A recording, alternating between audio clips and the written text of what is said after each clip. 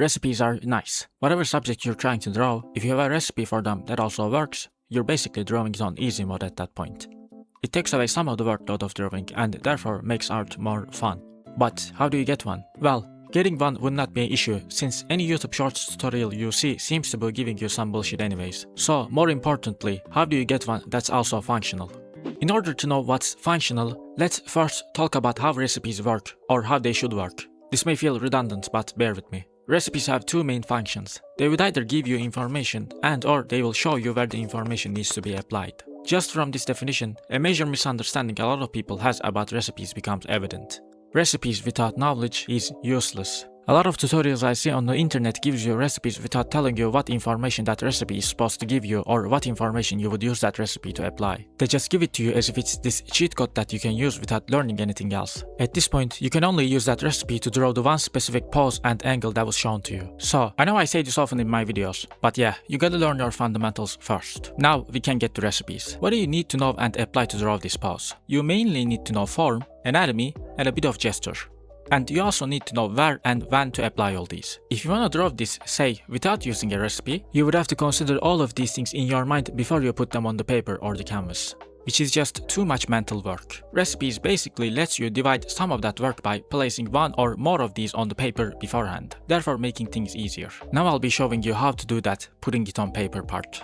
Applying form in a recipe would be pretty simple. You could go with really simplified forms like these, or slightly more complex ones that are closer to the original subject. These guidelines should give you information about various aspects of form, such as volume, planes, and rotation.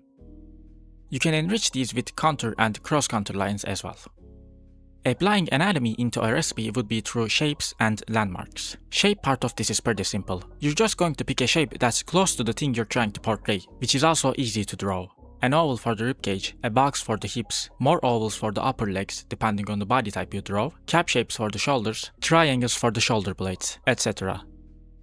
You can further enrich these using landmarks. Landmarks are parts of the body that will look more or less the same regardless of the body type. Their main purpose is to be anchor points for us that we can place the rest of the body around. I'll be giving you a broad range of things that could be considered landmarks. Some of these don't really fall under the criteria I just said about being bones or being parts of the body, but they have the same quality of existing through different body types. On the front, we have the clavicles, the opening part of the ribcage, the connection part of the chest, the endings of the biceps, the hands, the sides of the hips, the area at the middle of the hips, the knees, and the ankles, and the feet, I guess. On the back, the connection part of the neck, the line the back muscles and the spine creates, the elbows, the ending of the calves, and the ending of the pelvis. Even though I said these landmarks exist throughout different body types, they may still not be visible on some body types. Still, in that case, you can use them to locate some stuff. You just wouldn't draw them on the final line art. Applying gesture would be through these flow lines. Try to pick the longest lines possible. To be honest, I really don't incorporate this that much into my process. The only way I personally apply gesture is through the center line. Arguably, this could fall under both form and anatomy, since it's just this line that follows the surface of the body, but I don't know. I also use the line of the shoulders and the line of the hips. The way I apply gesture is basically through the relation of these three lines. I talk more about it in this video if you want to check it out. The final thing is location. This isn't something complicated. It's basically you portraying the position of some part of the body, without really going into any other fundamental. Just a simple circle for shoulders, for example. This isn't the same thing as the spheres we use to portray form, since this one doesn't give us any information about volume. It just shows us that the shoulder will be there where we marked. Lines for the arms or legs, just to showcase their location and direction. This obviously leaves you with a lot of work, but it may be fine for simple poses. You may be like, Crow, you just told me 4 different recipes then. Which one of these is the best, or which ones do I use? Well, depends. If you're trying to draw a pose with a lot of foreshortening, a recipe that showcases form would be needed.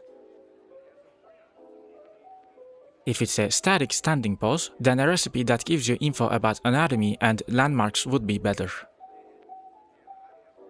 And if it's a pose with a lot of movement, a recipe that gives you information about gesture and flow could work. But what if you don't want to use different recipes and just have one? If you watch processes of other artists on the internet often, you'll realize that all of them has different recipes that work for them. Just like them, you also need to determine your own recipe by basically combining all the different recipe types I showcased to you. The two main factors that come into play when determining what you're going to combine are what you're comfortable or uncomfortable drawing and your personal preference.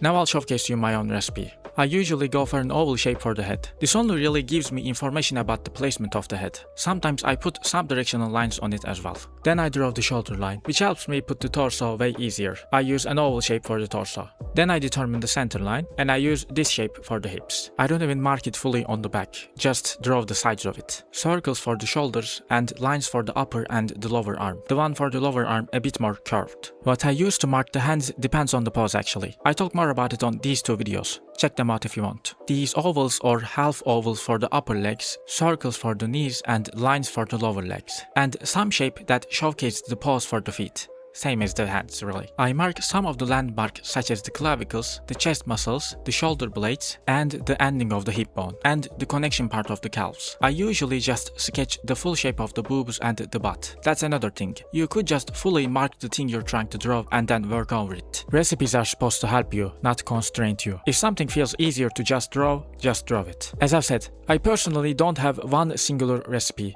Depending on the pose and angle, I would change this up and make it more focused on form and volume, for example. If you really want to have just one, I would recommend you come up with something that focuses more on form rather than anatomy and gesture, since that would be consistently effective for most poses. Well, now you have a recipe, or at least an idea of how to get one. Go ahead, use it, draw. That's it for this video. Thank you for watching till the end. Have a nice day.